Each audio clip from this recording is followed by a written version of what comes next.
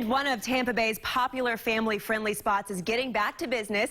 Zoo Tampa at Lowry Park is set to reopen in just 1 week. 8 on your sides, Deanne Roberts is live from the zoo this morning. And Deanne, a lot of changes underway as this zoo plans to reopen. Good morning.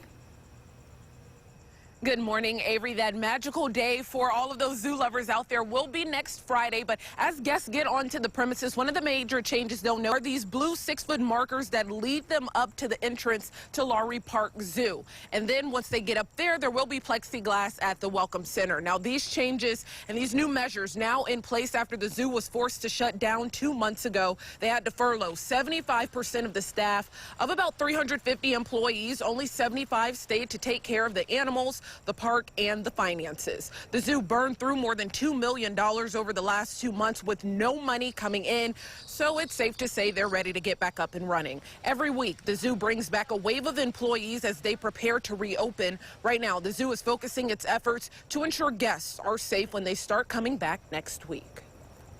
We have installed thermal imaging cameras that will measure the temperature of every guest or employee that's coming into the zoo. We've hired EMTs to be able to be ready on premise in case we have any issues that we have. We have markers for social distancing.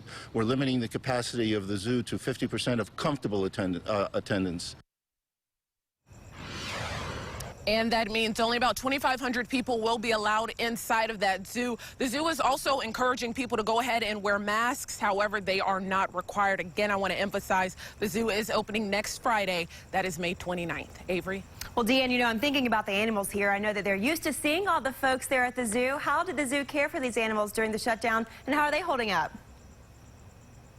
Yeah, our minds automatically just go to how these animals were taken care of during this quarantine period. But I will tell you that the veterinarians, they stayed throughout the duration of the shutdown. They took care of those health checks. They took care of any health concerns that may have popped up. The zookeepers, the few that were on the premises, were able to do the small things like play with them, feed them, take care of them in their environments. But it is safe to say they are ready to see other people and interact with other faces. Just 1 more week. All right, Deanne Roberts live at Zoo Tampa this morning. Thanks, Deanne.